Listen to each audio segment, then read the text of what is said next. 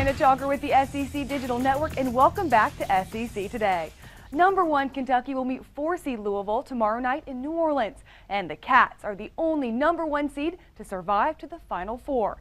To get you ready for this Bluegrass showdown, let's hear from someone who really knows Kentucky basketball, sports anchor Dave Baker. He breaks down this game in football terms.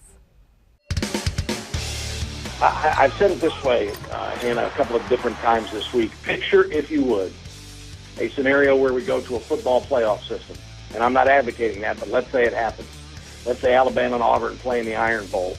And then through some scheduling quirk of fate or whatever, they either meet again in a playoff or for the national championship in football. That's how big this Kentucky-Louisville game is. It's the first time the two teams from the same state have met in the Final Four in 50 years. And at least in terms of basketball, I think Duke and North Carolina would certainly equal it, but it certainly would not be ahead of the passion that's felt between the two schools, two fan bases, and the two teams in terms of this Kentucky-Louisville rivalry.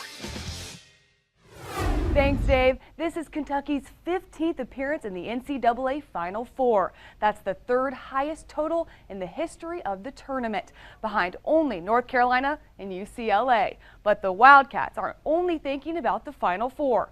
Former Kentucky All-American and current Wildcat color analyst Mike Pratt says Kentucky is focused on one thing. It's a good group of guys. They seem to have a great feel for each other. They get along very well, and they are very focused on winning, and I think that's really important.